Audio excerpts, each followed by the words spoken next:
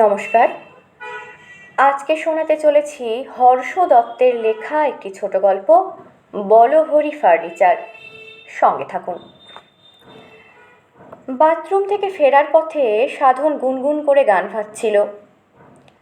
তোমার সমাধি ফুলে ফুলে ঢাকা, কে বলে তুমি নাই, মন বলে। গামছা পরে বড় তরফের ঘরের পাশ দিয়ে আসতে হয়, পায়ের গোছ দেখাতে দেখাতে। বড় খারাপ লাগে। পুরনো আমলের বাড়ির এই এক মস্ত দোষ। শোবার ঘর টালাই তো বাথরুম টালিগঞ্জে, বিরক্তিকর। পুরো বারান্দাটা চক্ররেলের মতো বের দিয়ে তবে কলে গিয়ে ঢোকা। প্রায় চোখ বুজে দাদা বৌদির এরিয়া টপকে এলো সাধন। লজ্জা লজ্জা মুখে এক ঝলক অবশ্য দেখে নিয়েছে। বড় তরফের দরজা বন্ধ হয়ে গেছে। আজ একটু তাড়াতাড়ি ওরা শুয়ে পড়েছে। রাত তো বেশি হয়নি, সবে 11:15। অন্যদিন এই সময়ে আগামীকাল সকালে মিন্টু স্কুলে কি টিফিন নিয়ে যাবে সেই নিয়ে দাদা বৌদির প্রকাশ্য অধিবেশন চলে। এমন রুদ্ধদ্বার বৈঠক খুব একটা দেখা যায় না, অন্তত ইদানিং। বাইরের পাপোশে ভালো করে পা মুছে পর্দা সরিয়ে ঘরে ঢুকেই সাধন অবাক। আরাধনা ড্রেসিং টেবিলের সামনে দাঁড়িয়ে চুলের ক্লিপ খুলছে। দামি বেনারসি শাড়িটা বড় অভিমানে গড়াগড়ি খাচ্ছে, যেন টিটাগড় পেপার মিলের লাট খাওয়া কস্টলি আইভরি কাগজ। শাড়িটা সন্তপর্ণে সরিয়ে সাধন খাটে বসল। এবার গামছার খুঁট দিয়ে আঙুলের গলিগুলো মুছতে হবে। আরাধনা আবার হাজার সহ্য করতে পারে না। বিয়ের 10-12 দিন পরের কথা। আরাধনা এই হাজার কথাটা তুলেছিল। সাধন বাঁকা হেসে বলেছে, যা, ছেলেদের আবার হাজা হয় নাকি? হয় না, দেখবে দেখবে। আরাধনা কথা বলতে বলতে সাধনের পায়ের কাছে বসে পড়েছিল। এক ঝটকায় ওর কোড়ে আঙুলটা সরিয়ে বলেছে, এটা কি? এই যে এইটা জল ঢুকে সাদা হয়ে গেছে, আর কিছুদিন পরেই তো হাজা হবে। সাধন চুপসে গিয়েছিল। মিউ মিউ করে বলেছিল, এমন আবার হয় নাকি? জানতাম না তো। ন্যাকা, উনি জানেন না। আরাধনা বিশ্রীভাবে মুখ ভেঙিয়েছে।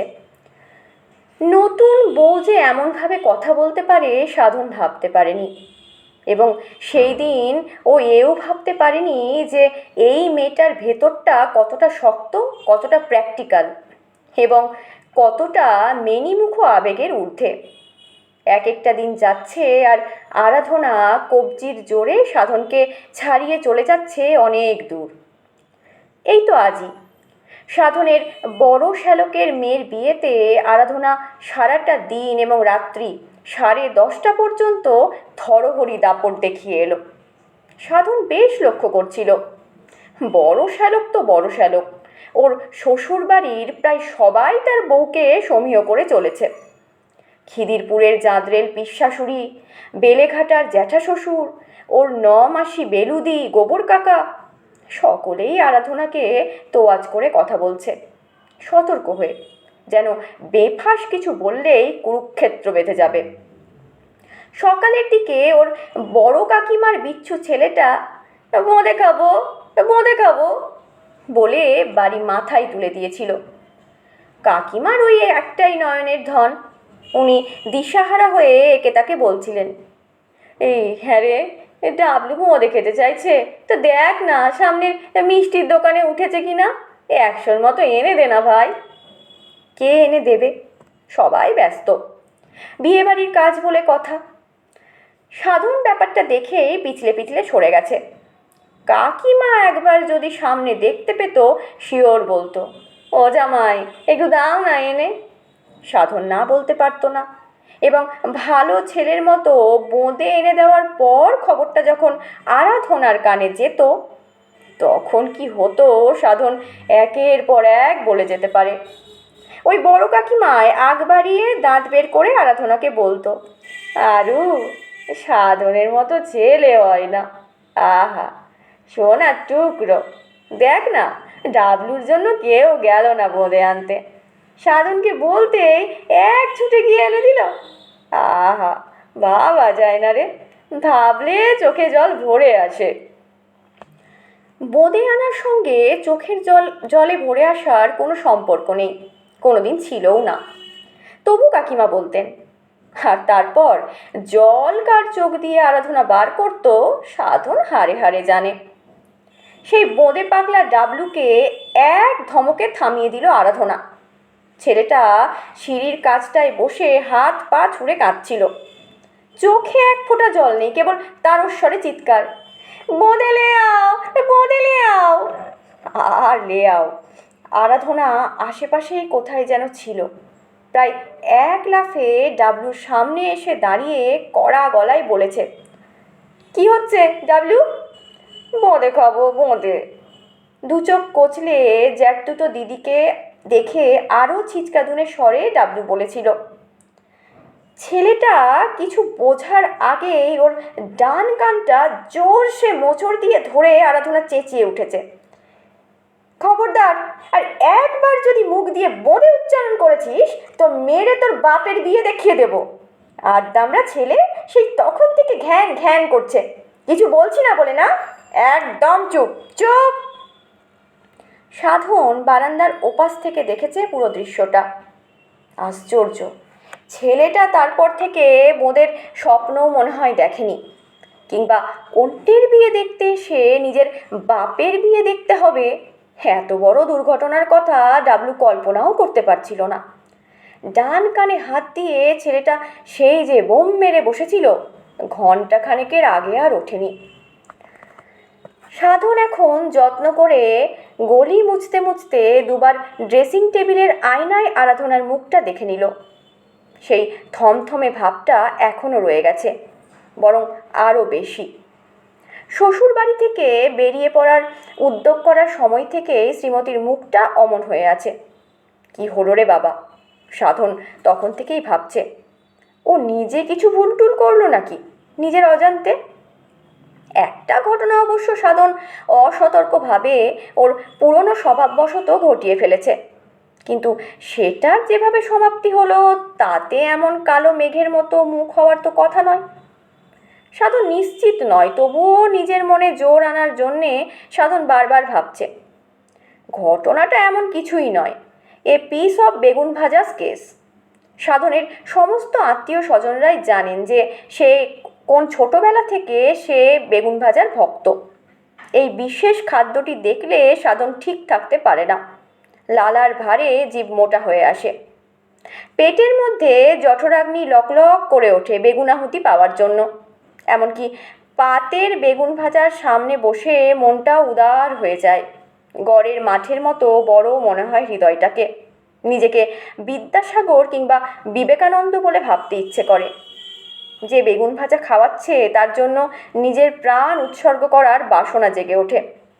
বাঙালিদের মধ্যে মনে হয় এক টুকরো বেগুন ভাজা দিয়ে এক থালা ভাত উড়িয়ে দেওয়ার বিশ্ব রেকর্ড একমাত্র সাধনের হেফাজতেই আছে। বড় শ্যালক বোধহয় শুধুমাত্র সাধনের কথা রাখতেই বা হরি মুখ চেয়ে মেয়ের বিয়েতে বেগুন ভাজার ব্যবস্থা রেখেছিলেন। ক্যাটারার আপত্তি করেছিল, সে কি মশাই, এইসব আইটেমের পাশে বেগুন ভাজা? হ্যাঁ, ওসব এখন পুরনো হয়ে গেছে। এত পুরনো যে কোনো নাটক নভেলের পাতাতেও ওই রিডিকিউলাস বস্তুটার উল্লেখ পাবেন না। এতদিনে উইয়ে কেটে দিয়েছে। বাদ দিন বাদ দিন, আপনার এত দামি প্লেটটার ইজ্জত নষ্ট হয়ে যাবে। বড় শালক দ্বিধাগ্রস্ত হয়ে বেগুন ভাজাকে বিদায় দিতে পারেননি, রেখেছেন। ক্ষীণ যুক্তি দিয়ে ক্যাটারারকে বলেছিলেন, এসব হলো গিয়ে ঐতিহ্যের ব্যাপার, বুঝলেন না? বেগুন ভাজা নোটে শাক ভাজা ছাড়া বনেদি বাড়ির বিয়ের কথা ভাবা যায় না। তার উপর অনেকে এসব খেতে পছন্দ করে। সাধন এত সব জানতো না। লাস্ট ব্যাচের আগের ব্যাচে খেতে বসেছিল। বেগুন ভাজা প্লেটে পড়তে চমকে উঠেছে। বড় শালক যেন এই মুহূর্তটির জন্যই ঘাপটি মেরে অপেক্ষা করছিলেন। এগিয়ে এসে সাধনের সামনে দাঁড়িয়ে বলেছেন, অনেক কসরত করে আইটেমটা রাখতে পেরেছি ভাই। সাধন আপ্লুত হয়ে গেছে, খুশিতে ডগমগ হয়ে বলেছে, ভাবা যায় না, কার্তিকদা যুগ যুগ জিও, ওং শান্তি ওং শান্তি। এই পর্যন্ত সব ঠিকই ছিল, সাধনের উল্টো দিকের টেবিলে আরাধনা খেতে বসেছিল। সাধনকে চোখে চোখে রেখেছে, ইশারায় বুঝিয়ে দিয়েছে, এটা নিও না, বেশি খেলে পেট ছেড়ে দেবে, ওটা আরেকটু নিতে পারো, কিছু হবে না। সাধন একরকম নজরবন্দি হয়ে খেয়ে গেছে, তেমন কোনো অসুবিধে হচ্ছিল না, শুধু মনটা একটু খচখচ করছিল জগতের শ্রেষ্ঠ খাদ্য বস্তুটার জন্য।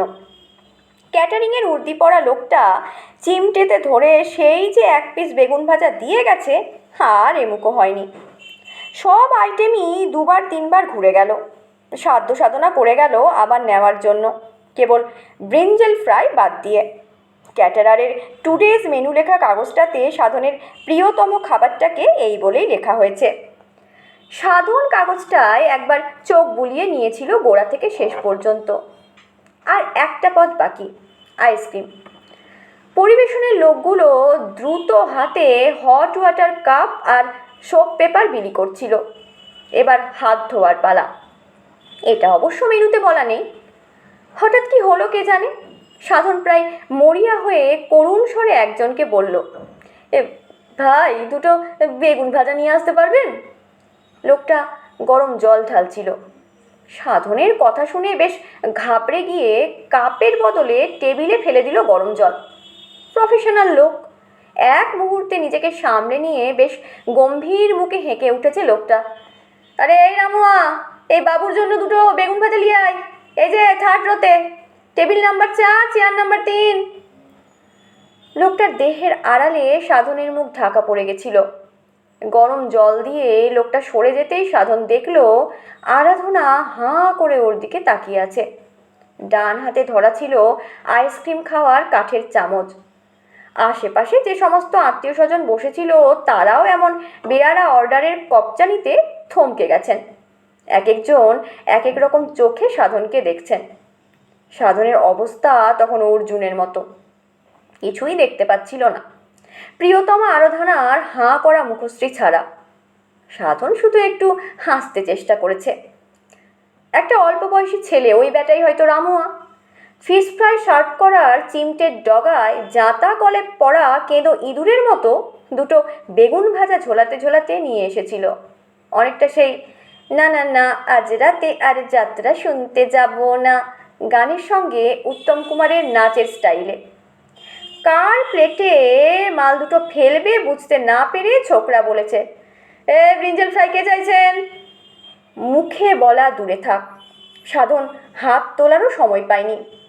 আরাধনা 4টে জলের গেলাস উল্টে দিয়ে কাঠের চামচটাকে মট করে ভেঙে ফুলে তেড়ে ফুড়ে উঠে বলেছে, কেউ চাইনি, নিকেল যাও, ভাগো, कोई बुर्बक इधर बेगुन भाजा खाने को लिए नहीं मांगता, चलो यहाँ से। রামুয়া নিখাত বাংলায় আরাধনার দিকে ফিরে তাকিয়ে যেতে যেতে বলেছিল, সাব বাবা, দিদি আমার ওলাই চণ্ডী। মুখ থমথমে হওয়া উচিত সাধনের। সকলের সামনে ওইভাবে আরাধনা অপমান না করলেই পারত। সবাই মুখ টিপে হাসছিল।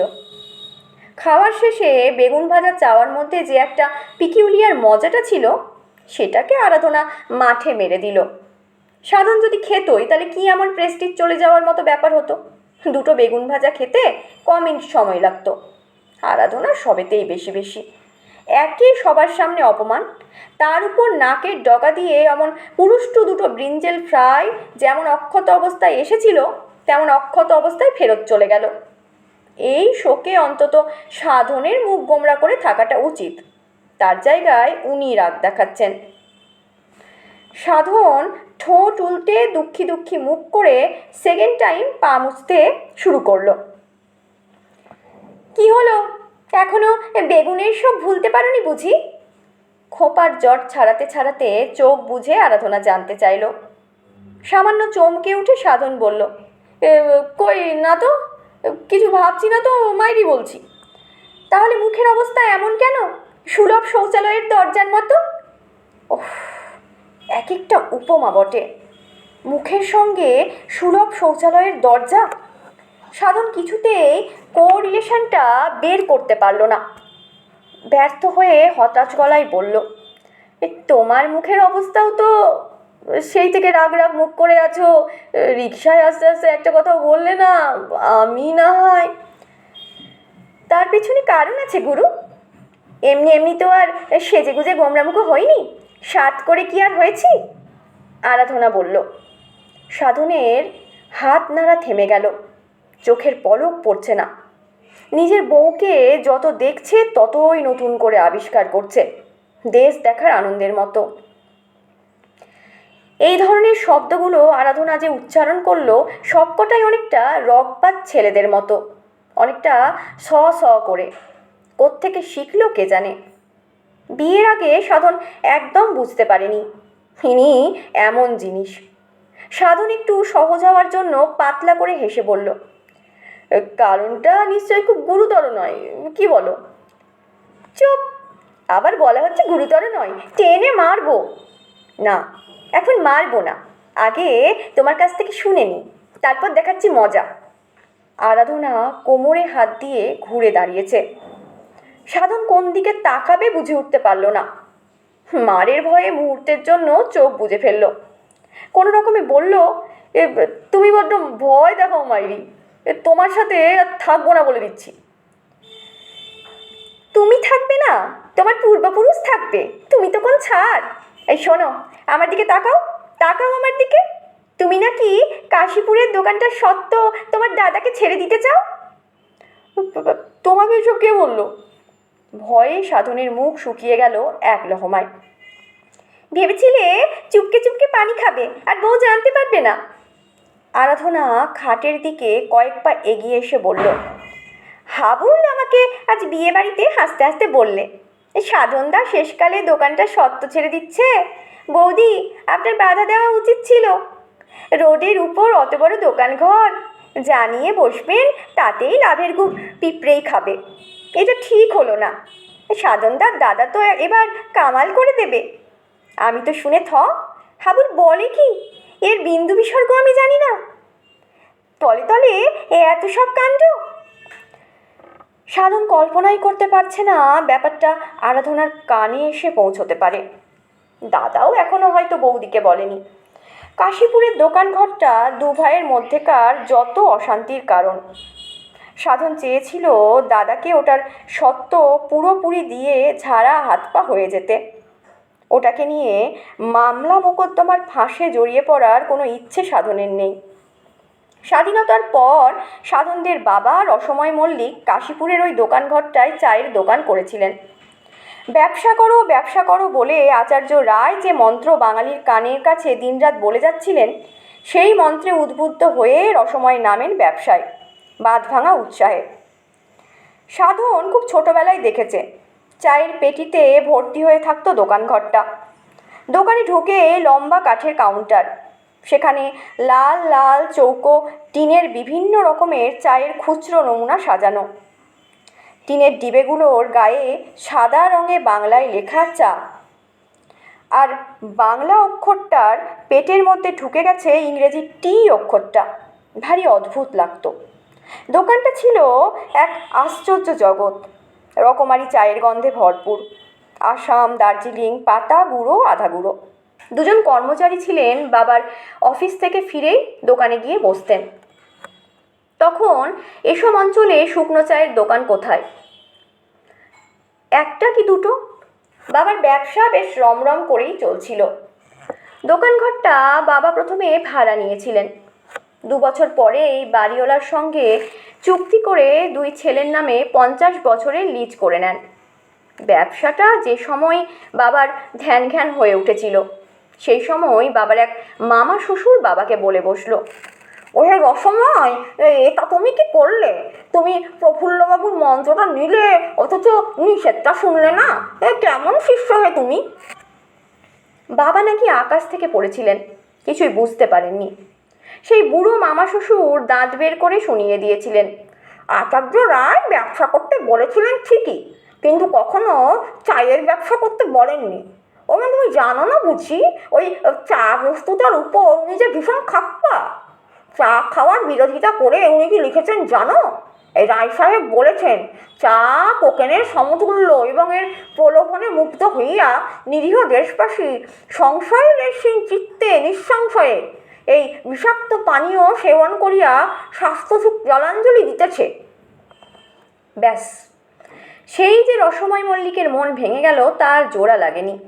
উনি ভেবে বসলেন, এতদিন একটা ফাঁকা আদর্শকে আঁকড়ে ধরে এগোচ্ছিলাম, আর নয়, বাঙালি কেরানি হতেই জন্মেছে। কোনো মহাপুরুষ কিংবা অন্য কেউ তাকে কেরানি হওয়া থেকে ফেরাতে পারবে না। বাবা সেই যে দমে গেলেন, থেবড়ে বসে পড়লেন, আর তাকে কেউ সোজা করতে পারেনি। এরপর যা হয়, ব্যবসা লাটে উঠে গেল। একটু একটু করে উনুনের গর্ভে ঢুকে গেল প্লাইউডের পেটিগুলো। একদিন সন্ধেবেলায় এসে রসময় মল্লিক দোকানের ফার্নিচারগুলো নিলামে বিক্রি করে দিয়ে তালা ঝুলিয়ে বাড়ি ফিরে এলেন। আর জীবনে অমুখ হননি। জীবনে মানে এরপর যে কবছর বেঁচেছিলেন সে কবছর। ব্যবসা উঠে গেল, বাবাও চলে গেলেন, কেবল রয়ে গেল দোকানঘরটা।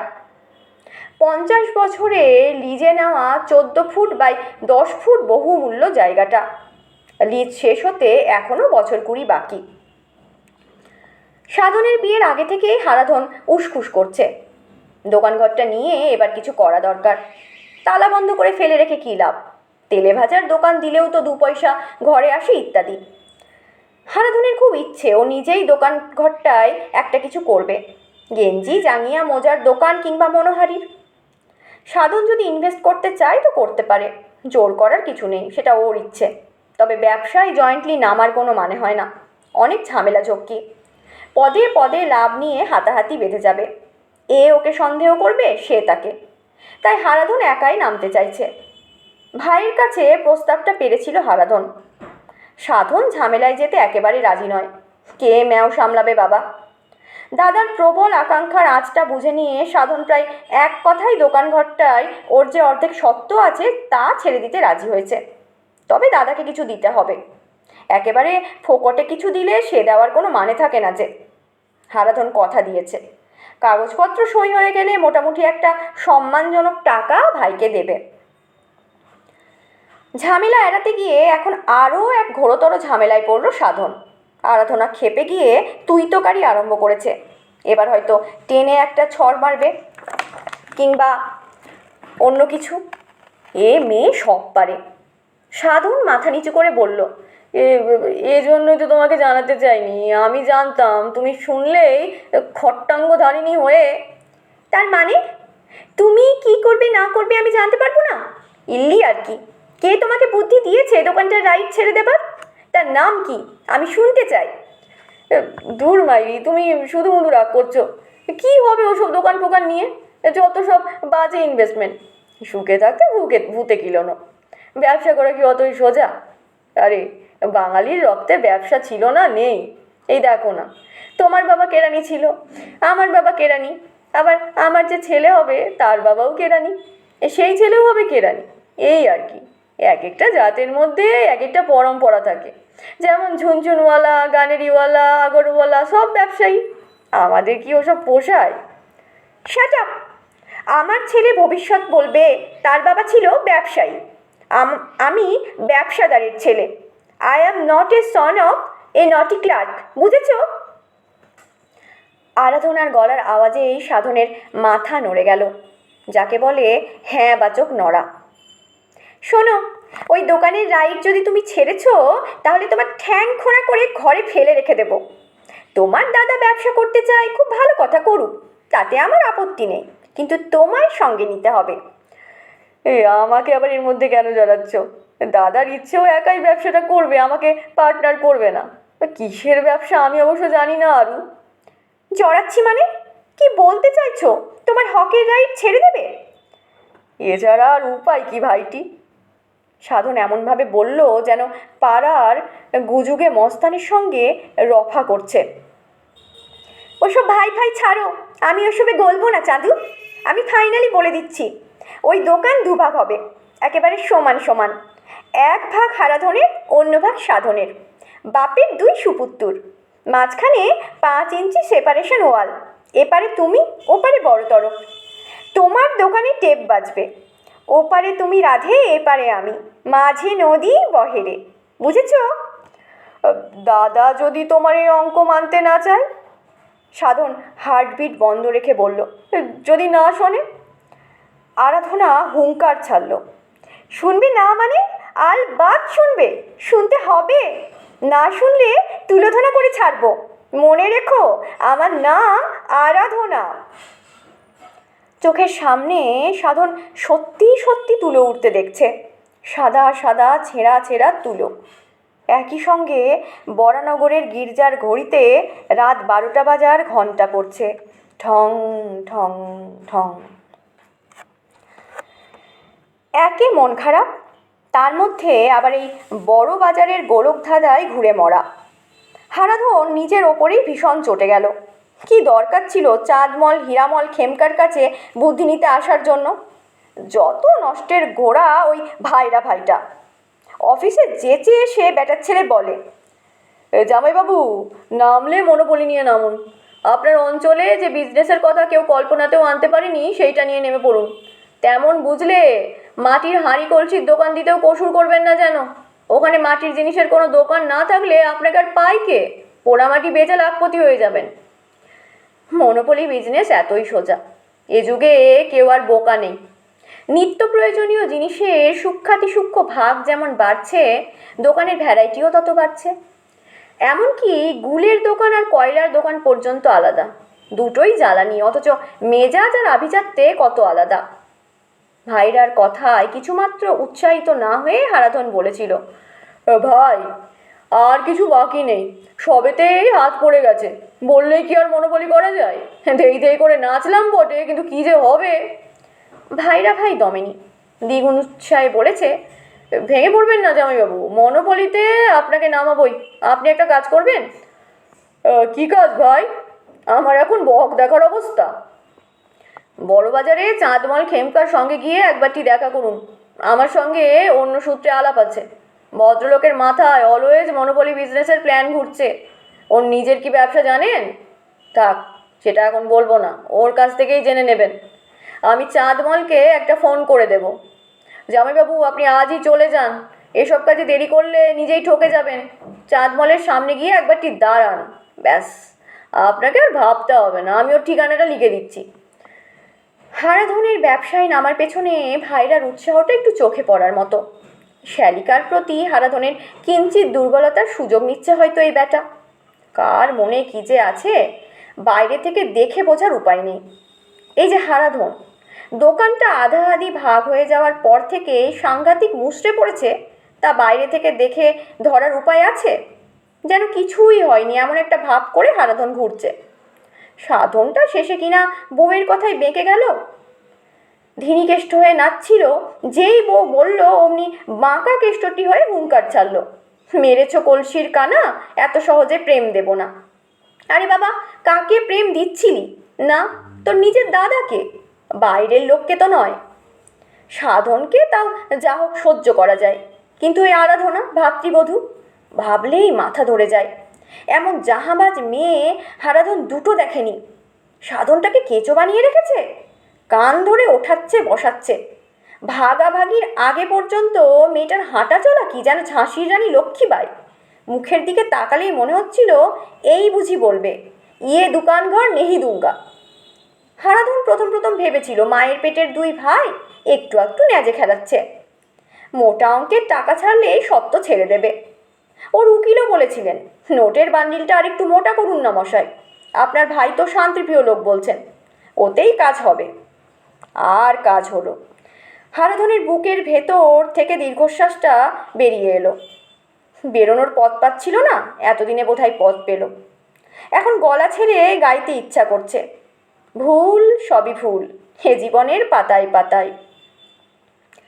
ঠিকানাটা মুখস্থ হয়ে গেছে, 21 নম্বর পর্তুগিজ চার্চ স্ট্রিট। ভাইরার নির্দেশ মতো হারাধন ক্যানিং স্ট্রিট দিয়েই ঢুকেছিল। প্রথমেই কাউকে জিজ্ঞেস করে নিলে ভালো হতো, এখন এক একজন এক একটা রাস্তা দেখিয়ে দিচ্ছে, আর কতক্ষণ ঘুরতে হবে কে জানে। হে মা কালী, তোর মনে শেষকালে এই ছিল মা, অর্ধেকটা কেড়ে নিয়ে খাসি করে ছেড়ে দিলি। 7 ফুট বাই 5 ফুটের জায়গা বেরিয়ে চলে এলো, বাকিটুকু আর দিলি কেন মা? সাধনের খানডারনি বউকে পাইয়ে দিলেই পারতিস, মনে মনে ভাবে হারাধন। বুকের মধ্যে চাপা অভিমান নিয়ে আরও কিছুক্ষণ ঘুরে হারাধন খেমকাজির গদি খুঁজে পেল। ওদের দোকানঘরটার মতোই বড় সড়ো। সামনের দিকটায় সাবেকি আমলের মতো নিচু তক্তপোষে সাদা ফরাস পাতা, ভেলভেট কাপড়ের ওয়ার দেওয়া 4টে তাকিয়া। একটা তাকিয়ায় হেলান দিয়ে খেমকাজি বৈকালিক টিফিন সারছেন। বড় স্টিলের থালায় ভেজানো বাদাম, গাজরের কুচি আর পাকা পেঁপের টুকরো। গড়পড়তা মারোয়ারিদের মতোই মোটাসোটা, ধপধপে ধুতি আর পাঞ্জাবি গায়ে। ফরাসের পেছনে 6টা সারিবদ্ধ টেবিল, একেবারে আধুনিক ডিজাইনের অফিস অ্যারেঞ্জমেন্ট। স্মার্টনেসে ভরপুর কয়েকজন যুবক ব্যস্ত সমস্ত হয়ে কাজ করছে, ফোন করছে, কথা বলছে, টাইপ করছে। জমজমাট চেহারা। সবই আছে, কেবল ব্যবসার মালপত্তর নেই। হারাধন অবাক চোখে চারিদিকটা দেখছিল। আইয়ে পধারিয়ে, আপনি কি হারাধন মল্লিক আছেন? কাঠির ডগায় একটা পেঁপের টুকরো তুলে খেমকাজি জিজ্ঞেস করলেন। আগে হ্যাঁ। হারাধন সামান্য চমকে গিয়ে নমস্কার জানালো। আরে বসুন বসুন, তা বলেন আপনার প্রবলেমটা কি? প্রতাপবাবু আমাকে ফোনে সব জানালো, তবু আপনার মুখ থেকে শুনতে চাই। এতক্ষণ পর দীর্ঘশ্বাসটা আবার কয়লার ইঞ্জিনের মতো ভস করে বেরিয়ে এলো। হারাধন তক্তপোষের এক কোণায় বসে বলল, পুরোটাই প্রবলেম, কোনটা ছেড়ে কোনটা বলি বলুন তো? ধুর মশাই, ছো জিন্দেগিতে কিছুই প্রবলেম নেই, যত চিন্তা করবেন তত সমস্যা। প্রতাপবাবু আমাকে বলল কি, আপনাকে মনোপলি বিজনেসের পথ বাতলাতে হবে। তা আমি দেবো বদলে হারাধনবাবু, ডোন্ট ওয়ারি। চোখে মুখে কৃতজ্ঞতা আর আশ্বস্ত হওয়ার ভাব ফুটিয়ে হারাধন মাথা নোয়ালো। তা আপনার বিজনেস স্পটটা কোথায়? আগে কাশীপুর রোডে, এই আপনার অফিস ঘরের মতো ওই বড় সাইজের দোকানঘর, এখন অবশ্য ভাগ হয়ে গেছে। লোকেশনটা কীরকম আছে? লোকেশন হারাধন ঠিক বুঝতে পারল না। আমি বলছি কি, আশপাশে কি দোকান আছে, কেমন কেমন বাড়ি আছে, দোকানের পাশে স্কুল আছে না খাটাল আছে, দোকান থেকে বাস স্টপ কদ্দূর, এইসব বলুন। হারাধনের মাথা ঘুরে গেল। দোকানঘর করতে গিয়ে এত সব যে জানতে হয়, জেনে নিতে হয়, দেখতে হয়, তা ওর মাথায় আসেনি কখনো। এ কি গেরোরে বাবা, পুরো লোকেশনটা ভাবতেও এখন 10 মিনিট সময় লাগবে। মজার কথা নাকি? ডান পাশে, বাঁ পাশে, সামনে, পেছনে, ওপরে, অদূরে কি কি আছে চট করে বলা সম্ভব নয়। হারাধন আমতা আমতা করে বলল, আপনার ওই গিয়ে নর্থ সুবারবান হাসপাতাল আছে না, সেটা ছাড়িয়ে আর একটু এগিয়ে এলেই ডান হাতি পড়বে ওই দোকানঘরটা। মাই গড, হাসপাতালের কাছে? চাঁদমল খেমকা একটু নড়ে চড়ে বসলেন। ঠিক পাশে নয়। হারাধন শুধরে দিল, ওই ওই হলো মশাই, আর কি আছে? গৃহস্থের বাড়ি টাড়ি আছে, দোকানপাট, কিছুটা দূরে একটা বাজার, বড় রাস্তার আশেপাশে যেমন থাকে আর কি। আপনি তো পার্টিকুলার্স দিতে পারছেন না। বিজনেসে, বিশেষ করে এই মনোপলিতে পার্টিকুলার্স খুব দরকার, must be to the point. আচ্ছা, আগে কিছু কোনো মদের দোকান আছে? মদের দোকান? হারাধন বমকে গেল। হ্যাঁ, এই ধরেন দেশি দারুকা দোকান কিংবা বিলাইতি ওয়াইন আছে? জানি না মশাই, যদি না থাকে তাহলে কি আপনি আমাকে মদের ব্যবসায় নামাবেন? না খেমকাজি, এবার ওসব আমার দ্বারা হবে না। ছাপোষা মানুষ শখ করে ব্যবসা করতে নামবো, এই যথেষ্ট। তার উপর আপনি মদের দোকান? আহা, ভেঙে পড়ছেন কেন? আমি তো আপনাকে শুধু জিজ্ঞেস করছি, সব দিক না দেখে আমি কি করে বাতলাবো বলুন তো? চাঁদমল হীরামল হাত তুলে হারাধনকে অভয় দিলেন। তা বলে মদের দোকান? আপনি তো ডেঞ্জারাস লোক মশাই, আমাকে আবগারির ঝামেলায় জড়াতে চান নাকি? তা কেন, আপনি বাঙালি বাবু, ভদ্র লোক আছেন, আপনাকে আমি ব্যাড রাস্তায় কেন নিয়ে ফেলবো ওটা ভাববেন না। একটু থেমে কি ভেবে নিয়ে খেমকাজি জানতে চাইলেন, কাশীপুরে একটা বার্নিং ঘাট আছে না, পরমহংসজির স্মৃতি আছে না, কি যেন?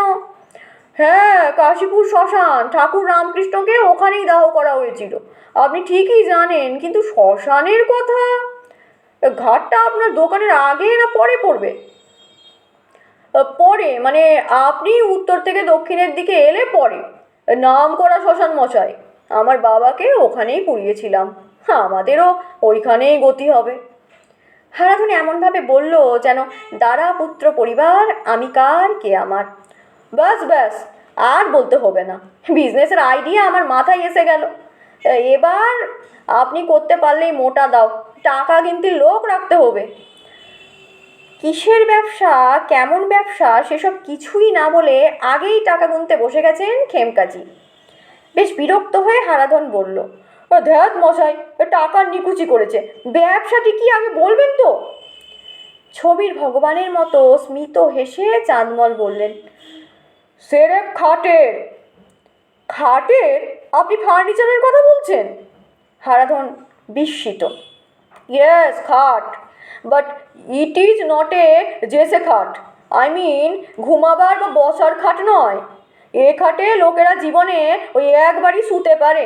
This is the last peaceful bed for us. তার মানে মরার খাট? আমি মরার খাটের ব্যবসা করব? দি আইডিয়া, এই তো আপনি সমঝে গেলেন। ওই অঞ্চলের পক্ষে এটাই একমাত্র মনোপলি বিজনেস, মোস্ট সুটেবল। কেন জানেন? আপনার আগে সরকারি হাসপাতাল, পিছনে বার্নিং ঘাট, মাঝখানে আপনি হাসপাতালে মারা গেল, তারপর খাটে চেপে শ্মশানে চলে গেল। একেবারে সোজা হিসাব, সিধা পথ। আপনি খুব সে ভেবে দেখুন, এছাড়া আর কোনো বিজনেস ওখানে মার্কেট পাবে না। আমি পারবো না মশাই, শেষে কিনা মরার খাট। আচ্ছা, বাড়িতে গিয়ে চান করতে হবে। পারতেই হবে, সব রকম চৌপাই থেকে সিঙ্গেল খাট সাজিয়ে বসে পড়ুন দেখি। ব্যবসা জমবে না মানে? আপনি অপরচুনিটি ছাড়বেন না মশাই। আপনার ওয়াইফের সঙ্গে পরামর্শ করে নিন। আগে হসপিটাল, সামনে শ্মশান, মধ্যিখানে আপনার খাটের দোকান। ভাবতে পারছেন কি দাঁড়াবে অবস্থা? গভর্নমেন্ট হসপিটালে পেশেন্ট মরে ঘন্টায় ঘন্টায়। একবার ভাবুন, প্রতি ঘন্টায় খাট ডিসপোজ হচ্ছে। আপনি চাইলে 24 ঘন্টা খোলা রাখতে পারেন আপনার furniture shop, morning to morning. Of, how interesting.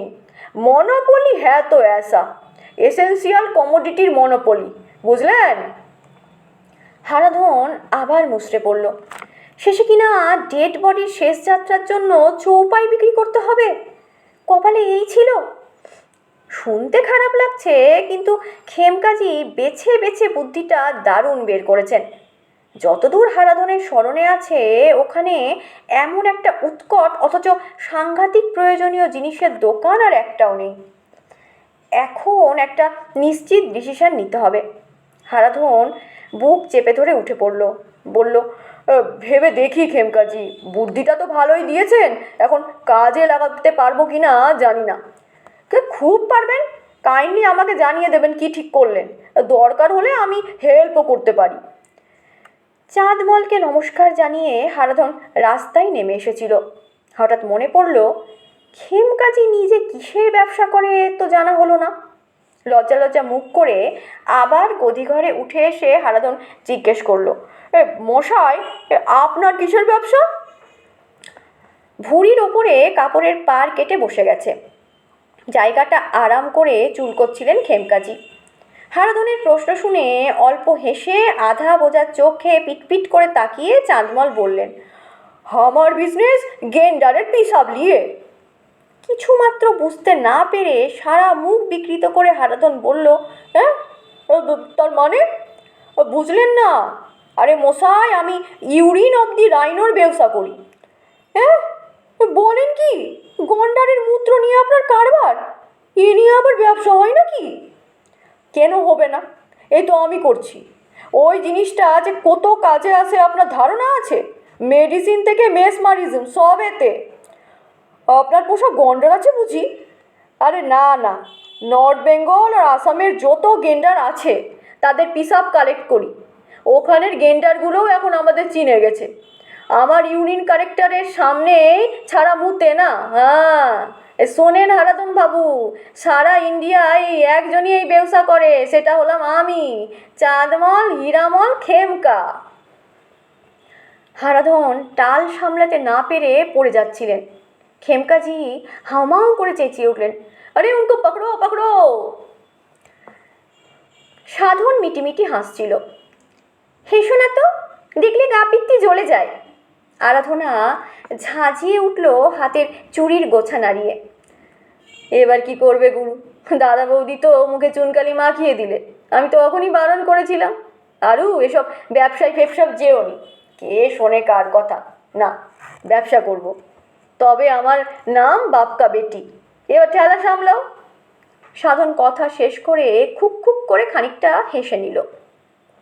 আরাধনার মুখ সেদিন থেকে তোলো হাঁড়ি হয়ে আছে, যেদিন থেকে দাদার দোকান গণেশ পুজো দিয়ে রীতিমতো চালু হলো।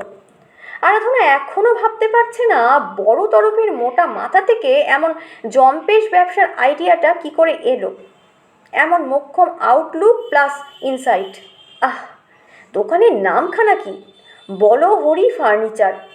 ব্যবসার মূল সুর ও লক্ষ্যের সঙ্গে 100% ট্যালি করে গেছে। বাইরের দেওয়াল জুড়ে সাইনবোর্ড, শুধু দোকানের নাম নয়, সেই সঙ্গে এক টুকরো লিটারেচার। জীবনের শেষ খাটটি আমরা অত্যন্ত যন্ত্রের সঙ্গে সরবরাহ করিয়া থাকি। পরীক্ষা প্রার্থনীয়, কাষ্ঠের বিশুদ্ধতা রক্ষাই আমাদের বৈশিষ্ট্য। অর্ডার দিলে খাঁটি চন্দন কাঠেরও পালঙ্ক প্রস্তুত করা হয়। আমরা আপনার শেষ যাত্রার পথের সাথী। ভাবলেই গা রি করে আরাধনার। দোকান প্রবেশের মানে ওই গৃহপ্রবেশের মতো আর কি। সেই দিন চক্ষু লজ্জার খাতিরে সাধনকে নিয়ে আরাধনা গেছিল। বৌদি বেশ কয়েকবার ন্যাকামো করে বলেছে, ছোট, তোমরা না গেলে কিন্তু হবে না। তোমার দাদা তো হিমশিম খাচ্ছে। কি দরকার ছিল এসবে নামার? ওই যে বলে না, খাচ্ছিল তাঁতি তাঁত বুনে, কাল হলো শেষে এনে গরু কিনে। তা ভাই, তোমরা আসবে কিন্তু। তোমরাও তো আজ নয় কাল পাশের ঘরটায় দোকান দেবে নিশ্চয়। ওই দিন এলে তোমাদেরই অভিজ্ঞতা হবে। হাবুল, সেন্টু, ভূত, দুখনিদের কাছ থেকে আরাধনা আগে থেকেই কিছু কিছু খবর পাচ্ছিল। এইভাবে সাজানো হচ্ছে, ওইভাবে জিনিস রাখা হচ্ছে, এটা আসছে ওটা যাচ্ছে ইত্যাদি। তবে ওরা কেউই প্রথমে ধরতে পারেনি যে ওটা কেবল মরা শোয়ানো খাট বিক্রির দোকান হচ্ছে। বাঁশ, দড়ির চৌপাই, খাটিয়া আর বিশেষ ডিজাইনের সিঙ্গেল খাটগুলো যখন ডাম্প হতে শুরু করেছিল, সেই সময় হাবুল এসে বলেছিল, হাই রাম বৌদি, সাধনদার দাদা তো হে মরার খাট বিক্রির দোকান দিচ্ছে। আরাধনার দু চোখ কপালে উঠে গেছে। বলেছে, সে কি রে হাবুল, তুই ঠিক বলছিস তো? মরার খাট, এর জন্য আবার সাজানো গোছানো দোকান?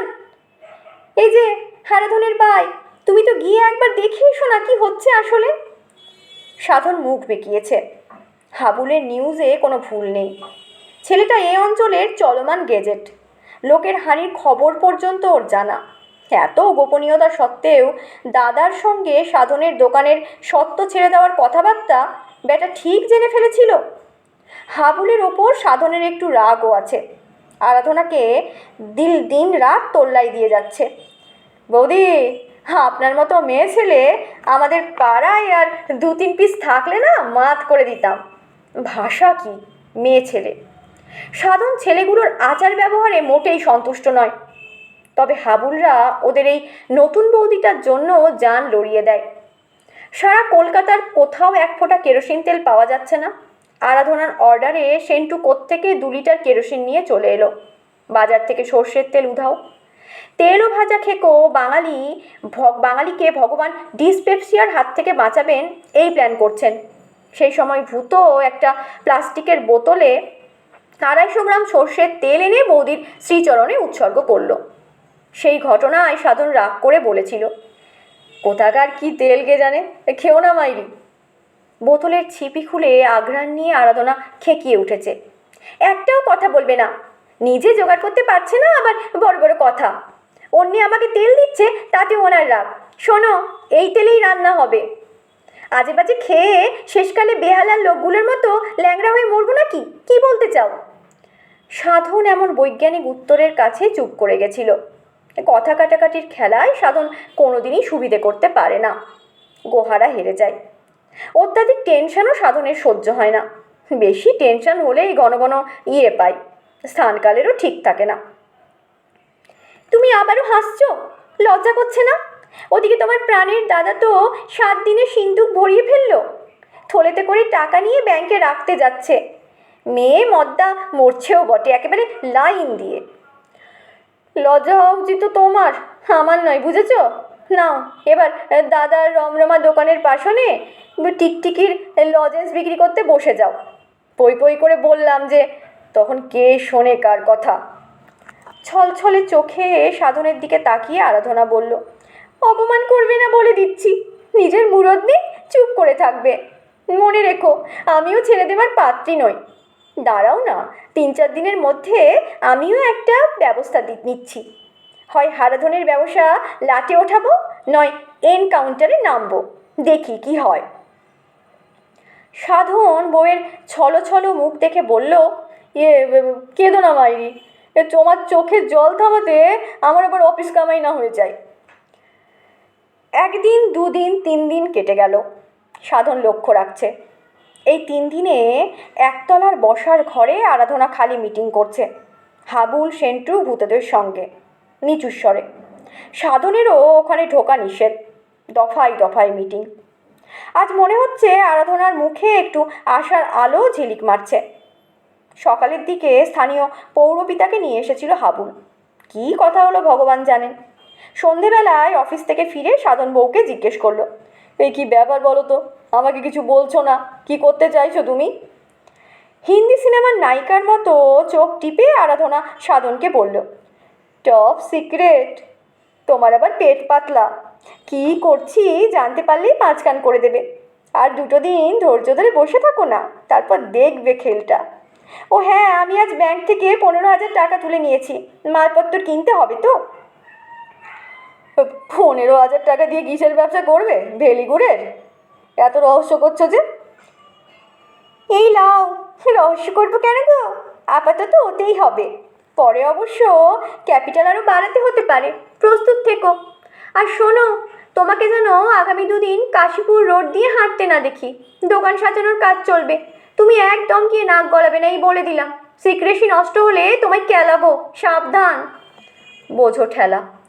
পাড়া দুটো ভাইরা জানতে পারে, আর ঘরের স্বামী জানলেই যত দোষ। সাধন প্রতিবাদ করতে গিয়েও থেমে গেল। আরাধনার সাধনায় বাধা দেওয়ার ক্ষমতা সাধনের নেই। উনি যতক্ষণ না ঠেকে শিখবেন ততক্ষণ ক্ষান্ত দেবেন না। আজ রথ। সাধন মল্লিকের দোকান ওপেন হবে এই বিশেষ পুণ্য দিনে, বিকেল 5টায়। হাবুলরা পাড়ায় পাড়ায় হ্যান্ডবিল বিলি করে দিয়েছে। পৌরপিতা দোকানের ফিতে কাটবেন। সকলের উপস্থিতি একান্ত কাম্য। ইতি বিনীত সাধনা ও আরাধনা মল্লিক। হ্যান্ডবিলের 4-5টা বানান ভুলের মধ্যে সবচেয়ে মারাত্মক সাধনের নামের বানানে অযথা একটা আকার পড়ে গিয়ে সাধনা হয়ে গেছে। দেখে রাগ হয়ে গেলেও সাধন মল্লিক কম্পোজিটরের তারিফ করলো মনে মনে। সাধনাই বটে। এই দোকান, এই ব্যবসা, এই ওপেনিং সেরেমনি, এসবের পেছনে সাধনের কোনো হাত নেই, নেই কোনো ভূমিকা, শুধু টাকা ঢালা ছাড়া। একটু একটু করে লোক জমতে শুরু করেছে। 5টা বাজতে এখনো দেরি আছে। লাল ফিতের মালা গলায় দোকানের বন্ধ দরজাটাকে দেখতে লাগছে চমৎকার। আরাধনার রুচির তারিফ করতেই হয়। কি সুন্দর রং করিয়েছে দরজার পাল্লায়। নিজের ডান হাত বাঁ হাতে নিয়ে আরাধনা পাটের সুতলিতে আম পাতা গাঁথছে। গাছ কোমর করে শাড়ি পরা, সারা মুখে বিনবিনে ঘাম, বড় করে সিঁদুরের টিপ পড়েছে, ম্যাচ করা শাড়ি। দারুণ দেখতে লাগছে আরাধনাকে। সাধন ফুটপাতের ওপর ডেকোরেটরের ফোল্ডিং চেয়ারগুলো পাততে পাততে বউকে লুকিয়ে চুরিয়ে দেখে নিল কয়েকবার। সব ঠিক আছে, কিন্তু একটা ব্যাপার সাধনের কিছুতেই বোধগম্য হচ্ছে না। দোকানের মাথায় যে সাইনবোর্ডটা টাঙানো হয়েছে সেটা হলুদ শার্টিনের কাপড় দিয়ে মোড়া, অনেকটা পর্দার মতো করে কাপড় লাগানো। বাঁ দিকে 2টো জড়ি ঝুলছে, মনে হয় দড়ি ধরে টানলেই কাপড় সরে যাবে। সাইনবোর্ডটাকে এইভাবে ঢেকে রাখার মানেটা কি? সাধন বাপের জন্মে এমন কখনো দেখেনি। ওর সাইনবোর্ডটাকে এইভাবে ঢেকে রেখেছে কেন? ওর প্রিয়তমা শুরু থেকেই পুরো ব্যাপারটাকে রহস্য রোমাঞ্চ সিরিজ করে তুলেছে। সাইনবোর্ডটা খুব দেখতে ইচ্ছে করছে ওর, কিন্তু কাকে মনের স্বাদ জানাবে সাধন? ওর কথায় কেউ কান দেবে না। এই কিছুক্ষণ আগে সেন্টু সাদকে সাধন বলছিল, কলা গাছ দুটো যে বারবার কেট হয়ে পড়ে যাচ্ছে, দড়ি ধরে বেঁধে দিলে হয় না? সেন্টুর সে কি উত্তর, আপনি নিজের কাজ করুন সাধনদা, এসব আমরা বুঝে নেব। মাইক লাগানো হয়ে গেল। দরজার দুপাশে যে টুনি বাল্ব ঝুলছিল খেয়াল করেনি সাধন। হঠাৎ জ্বলতে নিভতে দেখে অবাক হয়ে গেল। আয়োজনের কোনো ত্রুটি নেই। দাদা বৌদি এখনো এসে পৌঁছায়নি। অভিমান করে হয়তো বাড়িতে বসে আছে কিংবা রাগে ফুঁসছে। দাদা বৌদিকে নেমন্তন্ন করার ভার পড়েছিল সাধনের ঘাড়ে। আরাধনা ঠোঁট উল্টে বলেছে, ওদেরকে তুমিই বলবে, আমি কেন যাব? তোমার দাদা, আমার নয়। ওর সামনে দাঁড়িয়ে হাত টাত কচলাবে না। জাঁটের মাথায় বলবে, দাদা রথের দিন আমার দোকানের উদ্বোধন, তুমি পারলে এসো। গলার স্বরে যেন একদম মিনতি না থাকে, বুঝেছ? সাধন এতটা নিষ্ঠুর হতে পারেনি। যথেষ্ট বিনয়ের সঙ্গেই বলেছে। দাদা নির্লিপ্ত স্বরে শুধু জানতে চেয়েছে, তো কিসের দোকান দিলি? সাধন উত্তর দিতে পারেনি। ওকে বোকার মতো হাসতে দেখে বৌদি ব্যঙ্গ করেছে, আরাধনা মনে হয় বলতে বারণ করে দিয়েছে। তোমারই তো ভাই, কিসের আর দোকান দেবে? তুমি দিয়েছ খাটের, ও দেবে কাঠের। মরা পোড়ানো খাট, তাই না গো ঠাকুরপো? নিজের দিকে তাকিয়ে সাধনের মরে যেতে ইচ্ছে করছিল। এই অপমানের চেয়ে দুঘা জুতোর বাড়ি খেলেও ভালো লাগতো। দাদা বৌদি কি শেষ পর্যন্ত আসবে? সন্দেহ আছে। ঠিক 5টা 5 মিনিট। হন্তদন্ত হয়ে পৌরপিতা সদল বলে এলেন। বাংলা চোলাই খাওয়া চেহারা, পরনে খদ্দরের সাদা পাজামা পাঞ্জাবি, আলিগড়ি স্টাইলের। ভদ্রলোক এসেই বললেন, এই যে বৌদি, পার্টি অফিসে জরুরি মিটিং আছে, আমাকে 15 মিনিটের মধ্যে পৌঁছাতে হবে। হ্যাঁ, একদম সময় নেই, তাড়াতাড়ি কাঁচিটা দিন, ফিতে কেটে দিই। লাউডস্পিকারে সানাইয়ের সুর বাজছিল। এখনও অনেক চেয়ার ফাঁকা পড়ে আছে। হাবুল সানাইয়ের পো থামাতে নির্দেশ দিয়ে মাইকটা টেনে নিয়ে ঘোষণা করল, আপনারা চুপ করে বসুন, আমাদের মাননীয় পৌরপিতা মহাশয় এসে গেছেন। এক্ষুনি অনুষ্ঠান শুরু হবে। প্রথমে দোকানের ফিতে কাটা অনুষ্ঠান, তারপরে সাইনবোর্ডের আবরণ উন্মোচন।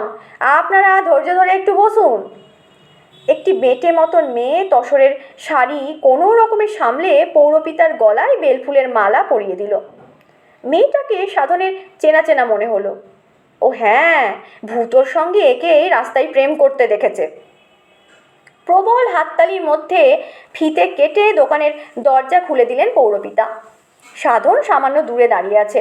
দরজার সামনে ভিড়, তবুও দোকানের ভেতরটা দেখা যাচ্ছে। কিন্তু এগুলো কি? কাঠের র্যাকে সার সার মালসা, গোছা গোছা পাটকাঠি, আতপ চালে ভর্তি গামলা, কলার কাঁদি। সাধনের চোখের পাতা পড়ছে না। এ কিসের দোকান? পৌরপিতা ঝটিতি দোকান থেকে বেরিয়ে এসে সাইনবোর্ডে লাগানো পর্দাটির দড়ি ধরে টান মারলেন। এক ঝটকায় কাপড় সরে গেল। 2 পা পিছিয়ে গিয়ে একটা নড়বড়ে চেয়ারে সাধন বসে পড়ল। এ কি? ও কি দেখছে এসব? পরিষ্কার বাংলায় সাইনবোর্ডে লেখা, হবিষ্যি ক্যাটারার। এখানে সকল প্রকার অসৌচ পালন এবং পিতৃশ্রাদ্ধ, মাতৃশ্রাদ্ধ, আদ্যশ্রাদ্ধ এ বাৎসরিক শ্রাদ্ধ উপলক্ষে হবিষ্যান্নের ও পিণ্ডের ব্যবস্থা করা হয়। প্রয়োজনে নিয়মভঙ্গের খাদ্যও আমরা সরবরাহ করিয়া থাকি। আপনি নিশ্চিন্ত হইয়া আমাদের সাহায্য গ্রহণ করুন। আপনার আত্মীয় বিয়োগ শোক আমরা ভুলাইয়া দেব। প্রোপাইটার সাধন মল্লিক ও আরাধনা মল্লিক। নিজেকে সাধন কোথায় লুকোবে ভেবে পেল না। পৌরপিতা 3 মিনিট ধরে এমন একটা অভাবনীয় উদ্যোগ ও সমাজসেবাকে ঝেড়ে প্রশংসা করে ঝড়ের বেগে সদল বদলে চলে গেলেন। হাবুল ঘোষণা করল, এবার আপনাদের সামনে বক্তব্য রাখবেন আরাধনা দেবী, তারপর গান হবে। এ বৌদি, চলে আসুন, চলে আসুন, যা পারেন বলে যান। সাধন দেখল আরাধনার মুখে দুষ্টু হাসি। মাইকের সামনে দাঁড়িয়ে আরাধনা আঁচলটাকে টেনে ধরে বলল, বন্ধুগণ, আমি ও আপনার স্বামী আপনাদের আশীর্বাদে দোকানটা খুলতে পেরেছি। আমার আর কিছু বলার নেই। আপনারা আশীর্বাদ করুন, আমরা যেন সকলে সেবা করতে পারি। নমস্কার। আরাধনা সরে যেতেই ভূত মাইকটাকে দুহাতে বাগিয়ে ধরে চেঁচিয়ে বলল, বলো হরি হরি বল, আরাধনকে খাটে তোল, বলো হরি হরি বল, সবাই বলুন। এতক্ষণ শুনলেন হর্ষ দত্তের লেখা একটি ছোট গল্প, বলো হরি ফার্নিচার। গল্পটির পাঠ এখানেই শেষ হলো। ধন্যবাদ।